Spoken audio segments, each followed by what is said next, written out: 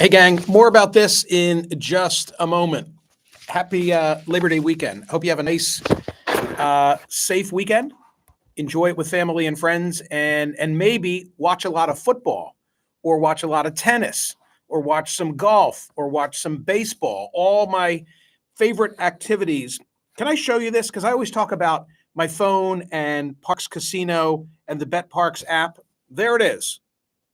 Well, there it is on my phone. Have some skin in the game. Live betting during the contests is a lot of fun. Join me right now and download the BetParks Casino and Sportsbook app. New customers make a winning $10 bet, get $125 in bonus sportsbook bets back. Got to be a winning bet, and the bonus bets must be wagered. Ohio State today, a 30-point road favorite against Indiana. Sounds to me like a total mismatch, but 30 points is a lot of points. Happy Valley, Penn State, 17.5-point favorite hosting West Virginia. I think they cover. Haven't done anything on that yet, but that interests me. Michigan, 36.5-point favorite hosting East Carolina. LSU, I have an LSU tie. A 2-point favorite against Florida State. Have some fun. Download, as I have, the BetParks Sportsbook app. You've got to be 21 and in Pennsylvania, New Jersey, Ohio, or Maryland. Gambling problem, call 1-800-GAMBLER. So I showed you that photograph at the outset, and you saw it in the thumbnail for this conversation. Harriet Tubman, the heroin abolitionist leader. These debates about cultural appropriation are all in the news, and this is the first one that I've really bit on. We talked briefly about a number of the others. We talked on radio, for example, about Luke Combs and Tracy Chapman and Fast Car. She did well with it in 1988, but not as well as he did with it in 2023. I know that there have been changes in country music, but if Tracy Chapman released Fast Car in 2023, would she have had the success of Luke Combs? And was it okay for him to use it as a cover? I love them both. And I like that he didn't change it. You know, in his distinct voice, it sounds totally different, but I like that. What else? Helen Mirren playing Golda Meir became a subject of controversy. Oh, I know the better one. Bradley Cooper, the prosthetic nose, playing famed conductor Leonard Bernstein. There was debate about that. There are a lot of dress, meaning fashion, issues where the leading designers appropriate, I'm doing the finger thing, appropriate distinctive symbols or signs or elements, that's a better word, of fashion, often from the third world. And hey, is it okay if they were to do that? And now the one that as I say, I bid on is in the world of art. And it's the statue of Harriet Tubman. And the backstory, Wesley Wofford was my radio guest. He'll be on television with me today. In fact, let me stop and tell you something that I really like about this guy. Immediately after being on my radio program and having a sensible, I think, and reasonable conversation about this issue, he was immediately invited to appear on Fox. I didn't say it on radio, but it was Fox and Friends, and he turned them down. And I think he turned them down. He can speak for himself because he doesn't want to be a culture warrior. He doesn't want this story to become one of, oh, can you believe those progressives and just look at this? But by the same token, it deserves conversation. The short version, and it was a New York Times story that made this national in scope, but the short version is that he was commissioned to sculpt a statue of abolitionist Harriet Tubman. And when he posted photographs of the work that he'd been commissioned to perform online, people loved it and they wanted to see it. So he took an artist's proof on the road and ends up going to 19 or 20 cities. People loved it. When they got to Philadelphia, they displayed it on the apron, which is the surrounding perimeter of City Hall. City Hall, which is blocks from where I'm located right now, is a block of itself, and you can drive entirely around it like a clock. So they positioned it for a period of months on the City Hall apron. The city was so pleased with this that they said, we want it. Well, he couldn't sell it to them because it was a commissioned piece of art, but he said, I'll do another. I'm giving you the short version, the beer conversation of this, okay? And the city said, great, and they struck a price, and it was going to be $500,000. They didn't go out to bid because it's not as if the city said, hey, you know what we need? A Harriet Tubman statue. Instead, they wanted this statue from this guy. So there were twofold complaints. One, why wasn't this put out to bid? Reasonable to have that conversation. Second, wait a minute, he's a white guy. And how can we have him create a permanent piece of public art based on someone so integral to African-American history? And that I don't agree with, because by that standard, if you're saying that Wesley Wofford can't be the sculptor to create the Harriet Tubman statue, then what are you saying about the cast of the hit Broadway play Hamilton? By that same logic, those African-American Black actors should not be doing their version of Hamilton. It just gets ugly in a hurry, I think. Right? I mean, especially in the realm of art. People need, what is an actor? An actor is playing someone else, not themselves. So it's a great conversation. And what I like about bringing it to television is that I can show the art and tell the story as we're going through that. By the way, I think they're playing around with the coloration of my backdrop because it looks more blue than purple. It was designed to be purple, the skyline with.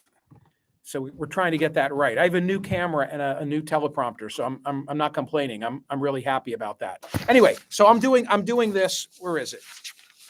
I'm doing this on television today, and I think it'll be a really good conversation. Another good conversation. This is the lead. This is the lead, or at least it was as of early this morning on Drudge. Okay? Not again. Mask up, New York. There's a COVID strain or variant that is on the rise, and in certain areas, very limited. I don't want to inflame the situation, although it's leading Drudge. But there's concern. There's always concern, but there's concern about a particular strain. It has a numerical reference, 286 or R2D2 or who the hell knows what. But there's concern about it. And the lead story this morning, you'll see it in the Smerconish.com newsletter today from CBS, I believe. Their lead story right now is about the rising number of hospitalizations. So I have been thinking and had a radio conversation about this. What will happen if we are advised to mask up? Are people going to mask up for the second go round? And I can't speak with uniformity, but I'll say this. I think a lot of people are not going to do it. They've had enough. They don't trust the government. They don't trust the medical community. They view it as a control measure, and they don't think masks work. So I had an epidemiologist from Vanderbilt on radio this week. We talked about it. He explained that, the right mask properly worn is going to do a great deal to keep you safe. And then we took calls and by the way, when I asked as a poll question, will you mask up? It was 75-25 in round numbers of people who said yes. But the 25% really dominated the telephone callers. I think it's confirmation bias. They're angry about it. They want their voice to be heard, that they're not going to mask up for a second go round. One of the callers caught me unaware when he referenced the Cochrane Report. What about the Cochrane Report? And I put it in the category of, there's always a study out there that suits whatever your objective might be. But post-show, I went looking for the Cochrane Report and indeed found it. Brett Stevens wrote about it for the New York Times. quote, the most rigorous and comprehensive analysis of scientific studies conducted on the efficacy of masks for reducing the spread of respiratory illness, including COVID-19, was published last month. He wrote this in February.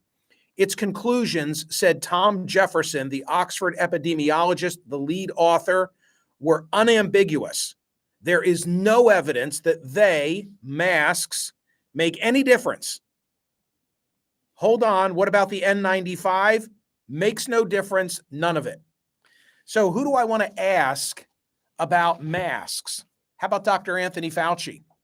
Yeah, although, retired, he will be my guest on CNN today. And I think I have to ask him, is part of the lack of confidence, the mixed messaging that you were responsible for when initially you said people didn't need to mask up, and then later we learned that your thought process was you didn't want there to be a run on masks. How's that? That's like 2 for 2 great issues for a Saturday of Labor Day weekend. And then, and I'm actually doing these in reverse order, but elements that I've been offering on radio, I've focused my thinking and will now deliver on CNN as a commentary that I know going into it, many people watching CNN do not want to hear. Will that dissuade me? No, it will not. Here's the subject. In the last 2 weeks, I've delivered commentaries on CNN about the Trump timeline. The idea that, you've got this confluence of events very soon with his trial schedule and his campaign schedule. And there's no way that the two can be in concert with one another. Conflicts are on the horizon. And I'm still of the opinion that the weight of all of these prosecutions could take him down, politically speaking, maybe legally speaking as well, notwithstanding that the polls show he's benefited so far from each time he's been indicted. Today, I want to talk about the Democratic side of the aisle, because the numbers for Joe Biden are terrible. Roughly speaking, 3/4 of Americans don't want him to run. A number higher than don't want Donald Trump to run. Think about that for a second. According to the polling data, and I'll quote it on TV, you'll hear my sources, but these are not, Republican pollsters. This is not Rasmussen. These are pollsters cited by the left and the right. Biden is more Americans don't want Biden to run than don't want Trump to run. More Americans, by the way, most Americans don't want either of them. Let's make that really clear. And with regard to Biden, it's a number of factors. They include the economy. They include the Afghanistan withdrawal. There's some substantive issues, but it's largely age. And I shouldn't say age. It's not like a numerical age. It's that he's old or he's too old in their opinion. So is he really in this? I mean, the poll question today at Smerconish.com asks, is he really going to be the Democratic nominee in 2024? And I have my doubts. And now getting back to the timeline issue, this has got to be resolved relatively soon, early fall, because filing deadlines are on the horizon. I think the first of them is South Carolina. So at a certain point, if he says he's not running, then there can be competition. There can be competition for Kamala Harris. The longer he waits, the better it is for her. And her numbers are worse than his. And I would argue she has not distinguished herself on the agenda that she was handed, which was, getting to the root cause of the border crisis and also voting rights. Now she's become somewhat of a spokesperson on the abortion issue. But remember, she dropped out of the presidential race in which she ran before a single vote was cast. So, it puts Biden, I think, in a tough spot because his legacy, among others, is he's the guy who stopped the Trump train. And he wants to argue that he's uniquely positioned to beat him again. But given the perceptions of his age, he might be the only person who can't beat Donald Trump among the Democrats. And if he stands down, and if it's Kamala Harris, and if Trump beats Kamala Harris, then what is Joe's legacy relative to Trump? That he handed it to him in the second go round? I have got to believe that this is a major source of angst and decision-making within the Biden White House right now. Is he really in? Yeah, I know he's announced. I know he's raised money. I know he's opened a headquarters in Delaware. I'm still not convinced. Ron Brownstein is going to be my guest. He just authored a piece for The Atlantic. I went looking for it 10 minutes ago. I don't think it's even yet been published, but I've read it. I saw in advance. And it's DeSantis, it is Brownstein saying that there are two things hobbling Trump. One is his efforts to overturn the election. The other is hobbling Republicans generally, abortion. And what's limiting the Democrats, Biden, his age, and inflation. And that's why it's neck and neck between the two of them. So those are my three areas of focus today on the program, and I'm really thrilled that for a holiday. I mean, we're like anything else, you know. It's sometimes hard to get good things done on a holiday weekend, even on a television program on CNN. But I think we've got this really assembled. Final note: day two of the. I never am without my hat. I love it. Of the Smerch merch, 50% off sale. Remember, today's code is in today's newsletter. So take the code, go to Smerch merch, do your shopping. At the end, you'll be asked for a code. You put it in, 50% comes off. Yesterday, we sold a boatload of t-shirts and a boatload of signed copies of Talk. And this is going to sound odd, but I was a little pained to see the Talk books flying off the shelf, not because of the 50% discount. God bless you. Thank you for supporting the newsletter. That was part of the motivation of my wanting to do such a deep discount. But the copies of Talk that are on the Smerch merch page are first edition and all I got left. And I just love that book. I've written 7 books. You don't hear me talk about the others the way you hear me talk about Talk, the novel. I love it. And when all those copies are gone, yeah, I've got, 20 of them at home. But when all of those copies are gone, I don't know. What was the word? Verklempt. I'm verklempt over the idea. Like the t-shirts, great, go wear them. Buy them all. The free Harry and the lightning round, the tie-dye purple, the Smerconish in Cyrillic, have fun with them. But the Talk books, it's like, ooh, I don't know. I'm half tempted. All of the merch is in a warehouse in Bucks County, PA, and right on the border with Trenton. And I'm like tempted to drive up there today and just load all the Talk books that are left into the back of my car to protect the stock. But have at it, enjoy them. Honest to God, that's how I feel about it. So I have the rights to it. Maybe there will be a paperback version.